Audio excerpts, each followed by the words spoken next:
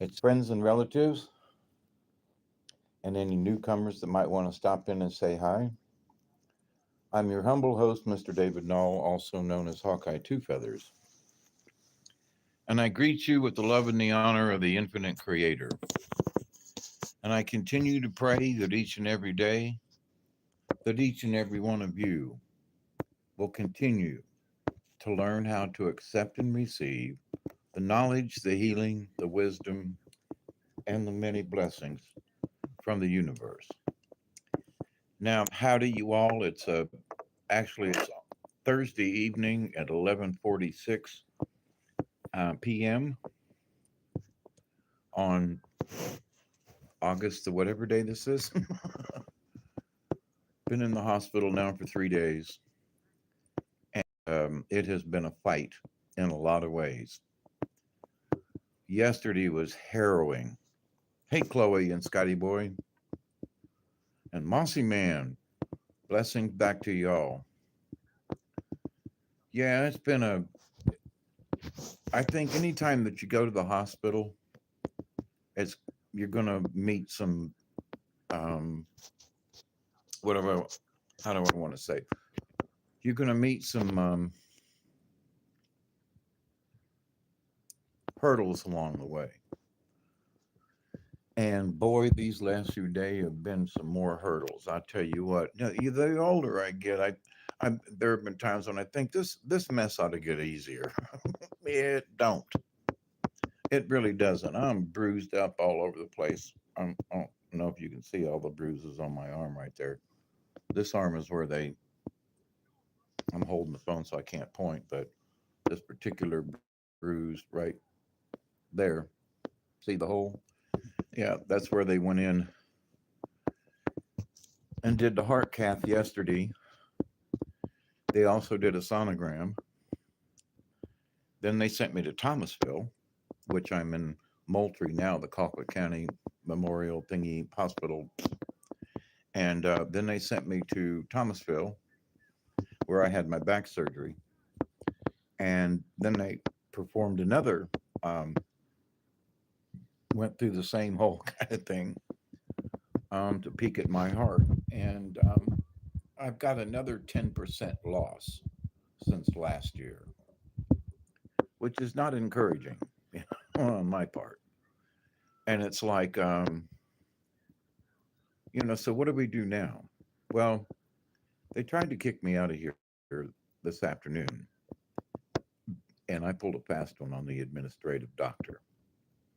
And I told him, I said, then I need to see the patient advocate right away. You think you're going to send me home? It was all I could do to sit up this morning. I mean, I didn't get back from Thomasville yesterday.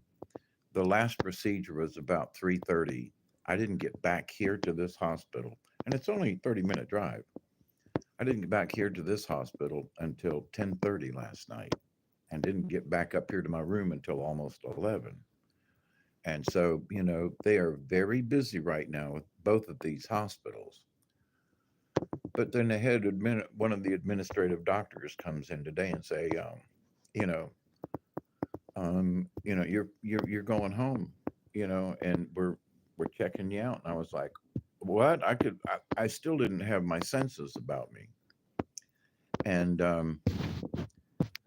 I think it's one thing. I stood up to the administrative doctor and said, no, I need one more day because yesterday was such a cluster muck, and it was really tough. I'm having to to go under like they would put you under for an operation. They did the same thing to me twice yesterday. So today, and when I woke up, I'm like, blah, blah, blah, blah. But anyway, so through all of this consternation, I had to lay in a tiny little bed down in Thomasville, waiting to come back up here to Moultrie last night. God bless the nurse that stayed with me until the guys in the machine could come and get me. Um, I have utmost total respect for all of the doctors and nurses. Well, maybe not all the doctors, With the nurses, absolutely. Amber Dawn, how are you? Oh, I had to stand up for myself today. And in a lot of ways, I kind of sort of pissed people off. But for myself, I was so angry. I said, "Where is that doctor? I just want to slap him." And I said, I was so mad this afternoon um, because they said I would, he said at 12 o'clock, "You are dismissed from the hospital." And I said, "What? You're dismissed?" And I was like, "But wait a minute. I thought I was going to have this and this. And wait, whoa, whoa, whoa, whoa. I don't have a ride to get home. Oh, we'll give you a ride." And I said, "What? Like the ride last night from Thomasville that took from, it was 5, 6, 7, 8, 9, 10 o'clock. It was 6 hours it took them to come pick me up and bring me back to this hospital." Now, I know they're busy. Don't get me wrong. I'm not trying to place blame. But this administrative doctor who knows everything, these snooty types, Dr. Beaver. Okay, where's your pond at? Go back to it. Beaver Pond? Never mind. And I could make other comments, but I won't. But so I got patient advocate and I said, "I can barely stand up," which was the truth. I was wobbling back and forth, and man, I couldn't even sit up hardly on the side of the bed. "But you're going home, and we're going to get transport for you. Oh, and we can get a CN and some kind of nurse to go." And I said, "When?" "Well, we'll try to get it today." And I said, "But you've already discharged me." "Well, this and that and blah, blah, blah." Well, I said, "I want the patient advocate. I want the patient advocate. Blah, blah, blah, blah, blah. Patient advocate. Blah, blah, blah, blah, blah. Patient advocate." And so they came in, and nice people. And I was so pissed off by this time. I'm embarrassed that I lost it, you know. But with all the drugs and all the stuff and all the everything, the procedures and, the in and out, and I wasn't fully facultized. So I told him, I said, point blank, I said, "Y'all gonna get rid of me today no matter what, ain't you?" And I said, "So just call me a fucking cab and go on." Well, that was wrong. I was very, very wrong on my part. Hi. Okay. Yes, Okay, it was good. good. All right. Can we do it again a little bit? Sure. You can just hit the call out or whatever whenever you're Well, ready. I just went out there and got caught in the got caught in the traffic. But it was a Yeah. good walk. Okay. If you feel like you're, safe to do it, that's fine. But just make sure you use the I walkie-talkie. did. I promise. Okay. All right. Thank you, sweetie. You're welcome.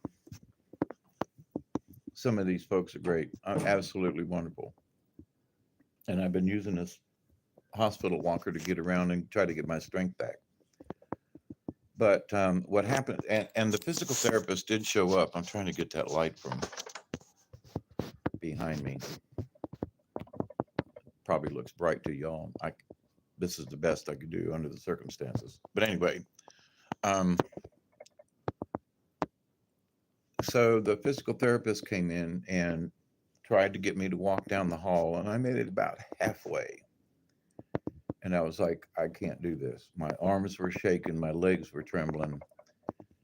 And so we came back to my room and everything. And because of that, nobody told me till like 5 o'clock tonight.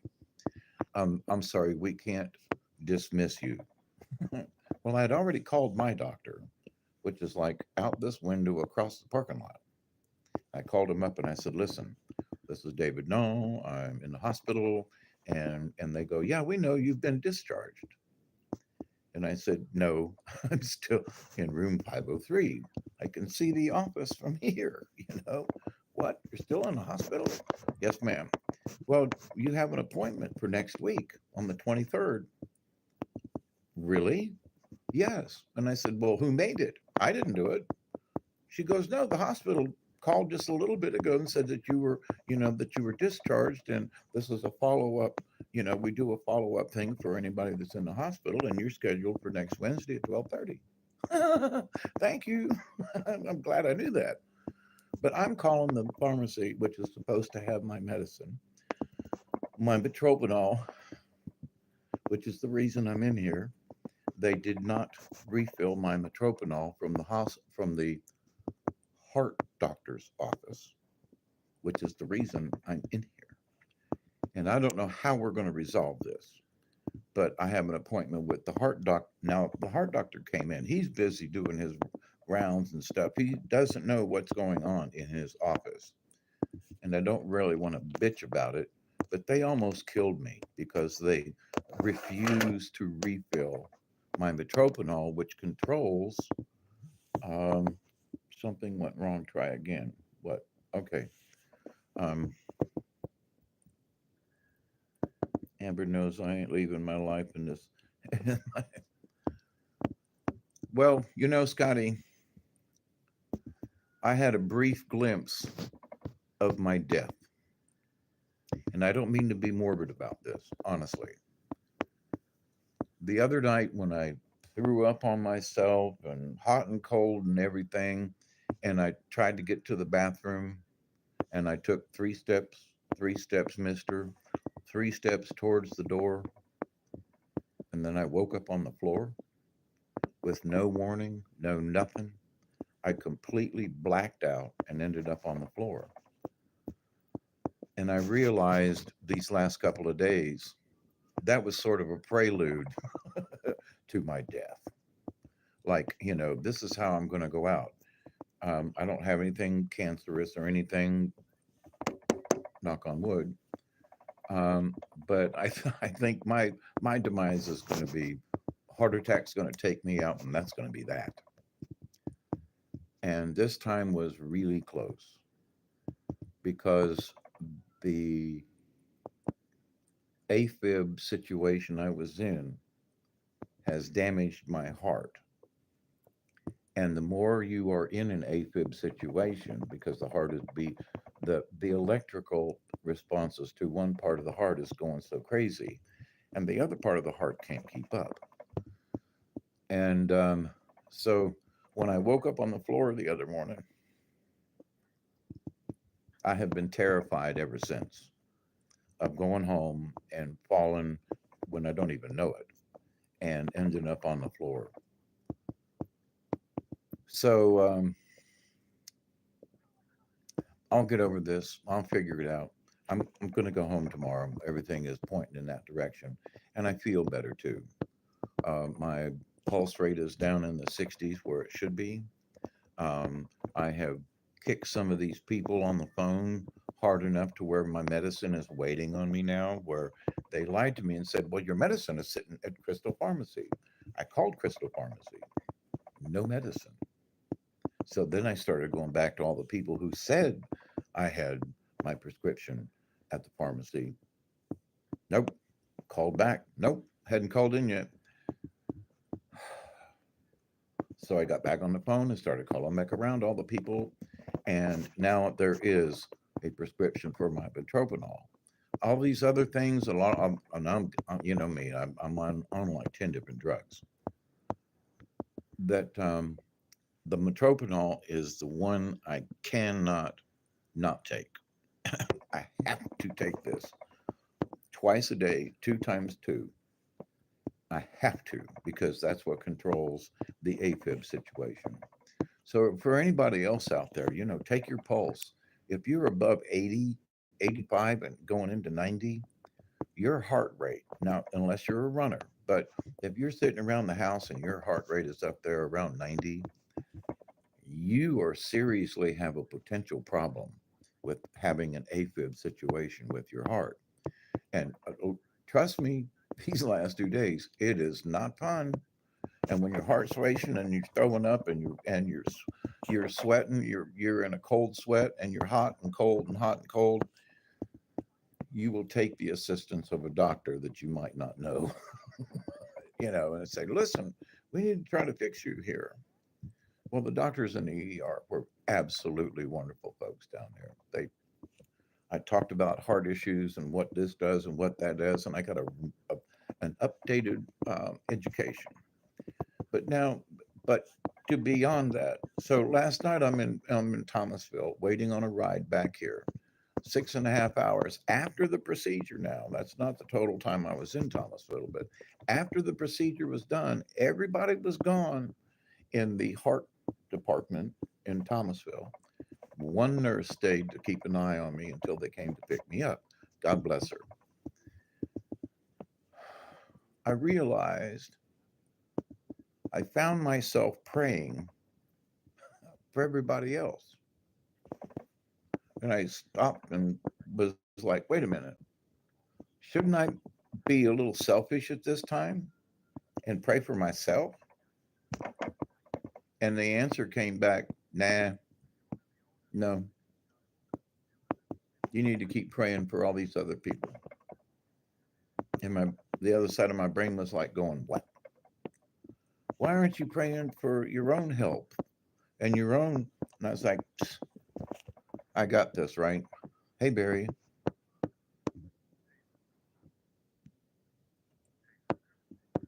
my heart is 55 normal, full blown 71. I didn't. I was like, you all have known me long enough, so I'm kind of going over this thing in my head, and I'm like, I found myself praying for this person that I met, and praying for this nurse, and I'm praying for, and I'm praying for y'all in my list, and I was like, it dawned on me all of a sudden that I had not asked or said a prayer for myself. But then today, in having time to reflect, it makes sense to me that I should.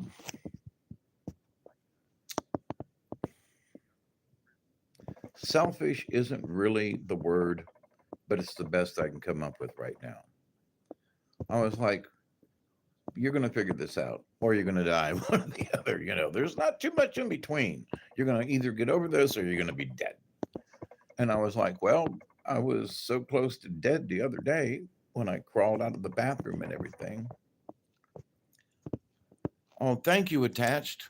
And many prayers to you. So, and I'm not trying to, this is about me. And that was one of the interesting things I found out last night and today in reflection on yesterday. I was like, hey, Richard, how you doing, brother? That I hadn't said a prayer for me. And it just, I was like, what? I mean, a simple one would have been, dear Jesus, help me get through this. And I didn't say it. I didn't say, oh, Jesus, help me. Oh, God, I need all this help. And bring the power of the Lord upon me. Not a word. But I found myself giving prayers to other people and a few folks that I've met along the way here in the hospital and down in Thomasville.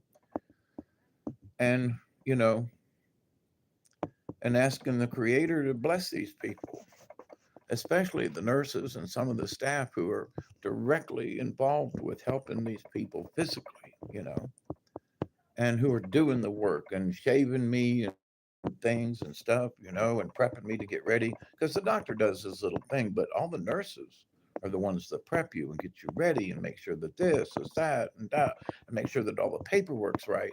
The doctor just comes in and goes, ding, ding, ding, ding, he's out of there. And that one lone nurse last night who stayed to keep an eye on me and wait for the folks to come get me. So I found it curious today. I was like, why didn't I ask a prayer? You finally got an appointment? Oh, yeah, buddy. Good for you. Dear Lord, please protect David Nolan. Let him be healthy for many years to come. Thank you, Amber Dawn. See, I didn't do that. I was praying. Um, and it made me cry, you know. I'm so weepy sometimes with certain things. And I was like, I guess I just feel protected. I don't need to ask for anything else. And that I already feel that the good Lord has protected me up to this point because instead of dying on the floor the other morning, I ain't lying. That was some scary shit, y'all.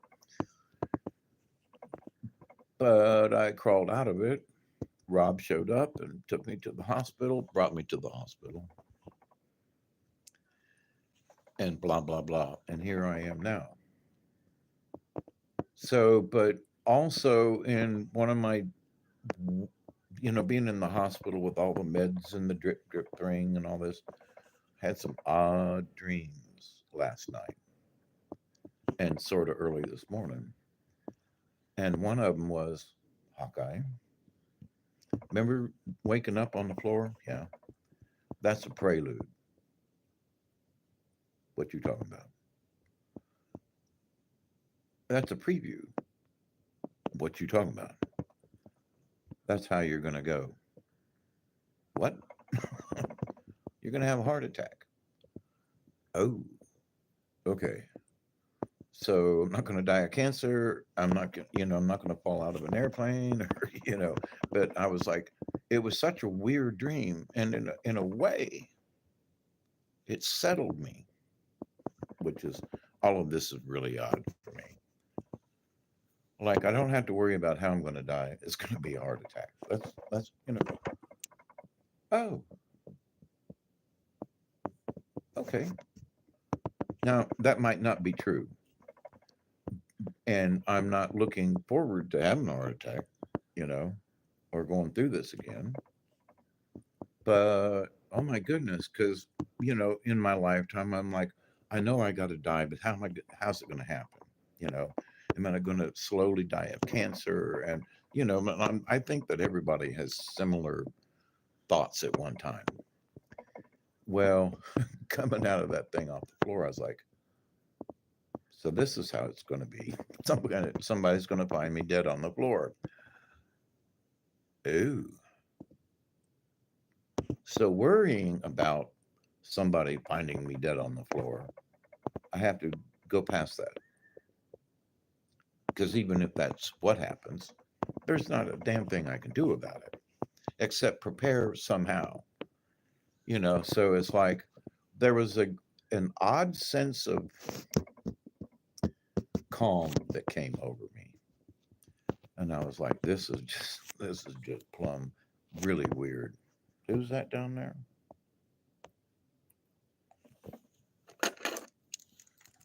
The glasses leave a glare. Oh, that dude, how you doing? I am doing better. Thank you. And for some reason, I think that, when I turned my prayers, I mean, wait, let me back that up. I didn't turn my prayers to other people. I was automatically, without thinking about it, praying for other folks, without including myself. And I don't know if I necessarily find that odd for me, because I've tried to for my shaman journey, I have tried to take me out of the equation. I'm a messenger from the spirit. I'm a voice to talk about things. I'm one of these, crusty old, gents who say stand up for your rights and fight for it, and don't give in. Because today that guy that stood right over there, he lied to me several times. And that's what really pissed me off. He said that I had been discharged, and I hadn't. He said my medicines were waiting for me at Crystal Pharmacy. They weren't. He said that other things were taken care of. They weren't. So, of all the things that I'm really mad about, is the fact that this man lied to me. He didn't have to. There was no reason for him to do so. And it really pissed me off. I got ugly. And one of the nurses said, we could hear you all the way down the hall. Oh, really? She goes, it's against the law to record somebody. Because I was like, if he comes in again, I'm going to record the conversation because it's his word against mine. And he's the doctor. So he says, well, I told, blah, blah, blah. And I say, no, you didn't. Well, then wait a minute. It's his word against mine. And he's the doctor. Who's going to win? And that's the situation. We have to stand up for that, because who does this guy know who I am? He's walked in this room a couple of times, said hi, blah, blah, blah, and walked out. He has no idea what well, I read your chart. Yeah, I did, but did you know I can't stand up? did you know that I'm wobbling and falling over? Well, we'll try to get you help at home. Are you not paying attention here? So, no matter what his doctor qualifications are, he's an administrator first. He's looking at the bottom dollar, the bottom line. So, but in this world, there are a lot of people who are focused on the bottom line and they don't care about the other folks. They're really worried about that bottom line. Well, what do I have to fall back on? I'm thinking about this other person, okay. The other person says, what do I have to fall back on? Do I have enough, to take care of me? Do I have enough to blah, blah, blah? Hey, Susie Q, how you doing? Um, and so seeing and watching these kind of people, hey, Deborah, how are you? And seeing these other people and how they act and react in the real world. Well, do I have enough to keep me comfortable? Do I have enough to take care of me? Do I have enough insurance? Do I have enough of this? Do I have enough?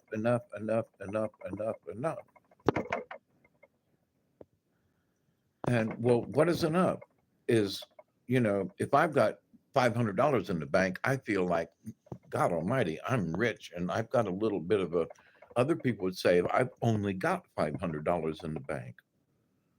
Um, I should have $5,000 in the bank to make me feel comfortable. And then is the next step up. But $5,000 is going to make you feel comfortable. I need $50,000 to make me feel comfortable. And the next person above that who's trying to make sure they have enough to make them comfortable or enough to take care of. Now I don't need 50,000. I need $500,000 to make me feel comfortable. Really? But what about all the people that are below that?